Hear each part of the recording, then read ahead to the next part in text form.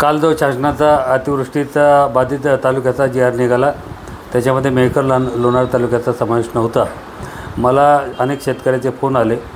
मी तात्काळ राज्याचे मुख्यमंत्री, उपमुख्यमंत्री, केंद्रीय मंत्री, कृषी मंत्री आणि मदत व पुनर्वसन मंत्री यांच्या तात्काळ ही बाब निदर्शनास आणून दिली आणि जिल्ह्यामध्ये सर्वात जास्त अतिवृष्टी मेहकर लोणारमध्ये झाली असताना का वगळलं गेलं म्हणून त्याचा पाठपुरावा केला आणि म्हणजे हे सरकार किती संवेदनशील आहे हे तात्काळ याच्या निदर्शनास आलं की मी त्यांच्या कानावरती घातल्यानंतर 1 तासाच्या आत सुधारित जी आर काढून आमच्या शेतकऱ्याला न्याय देण्याचं काम केलं। त्याबद्दल मी सर्व आमच्या बळीराजाच्या वतीने या सरकारचं आणि मंत्री महोदयाचं मनापासून आभार व्यक्त करतो। धन्यवाद।